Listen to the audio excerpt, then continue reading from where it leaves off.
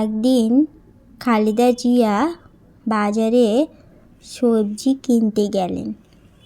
তাকে দেখে সবজিওয়ালা খুব খুশি হয়ে বলল, দাদি যান, আজ তো আপনি নিজে এসেছেন।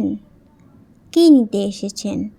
খালেদা জিয়া মুচকি হেসে বললেন, আজ কিছু বিশেষ রান্না হবে, তাই একেবারে তাজা সবজি চাই। সবজিওয়ালা যত্ন করে তাদের জন্য ভালো সবজি বেছে নিয়ে জিজ্ঞেস করল, আর কিছু লাগবে আপনার? খালেদা জিয়া একটু চটুল ভঙ্গিতে উত্তর দিলেন, হ্যাঁ, একটু রাজনৈতিক বিবৃতিও দিও, যাতে বাড়ি ফিরে মিডিয়াতে একটা কথা হয়ে যায়। সবজিওয়ালা যেন আকাশ থেকে পড়ল।